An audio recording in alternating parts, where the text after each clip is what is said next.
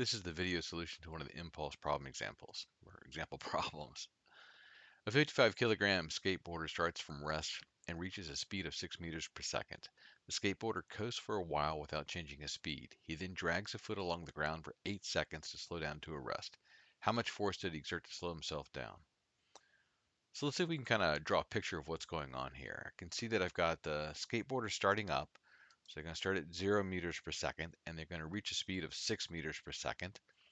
Then the skateboarder is going to coast for a while, and then he's going to slow down, starting at 6 meters per second and getting down to 0. So in this kind of problem, I have a start and I have a finish. And what we know is that at the finish, it's going to take me 8 seconds, and it's going to be a force going the opposite direction. So if I think of this in terms of Newton's laws, for every action, there's an equal and opposite reaction.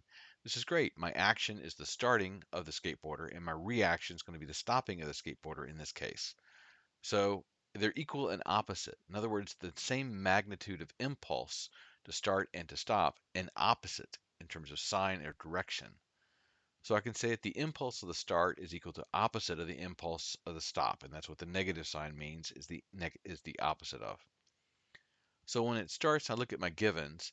I have the initial velocity 0, my final velocity is 6 meters per second, and I know the mass of the skateboarder up there in the problem itself. So what I know is that mass times change in velocity is the impulse of the start. When he stops, I also have the initial mass, and I have the change in velocities, but I want to know something about the force. So I need to describe my impulse in another way. So instead of just mass times change in velocity, I'm going to look at the opposite or negative force times time. And I'm doing that again because in the question I want to know something about the force and I know something about the time it takes to stop. So let me rearrange this equation. So now I have the force is equal to negative mass times the quantity of final velocity minus initial velocity divided by the time. So I put my numbers in. The force is equal to negative 55 kilograms times 6 meters per second minus 0, and all that divided by the total time, which was 8 seconds. And that's going to give me a force of negative 41.25 newtons.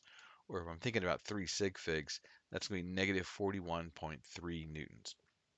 And the negative sign is there because the force is opposing the motion in this case.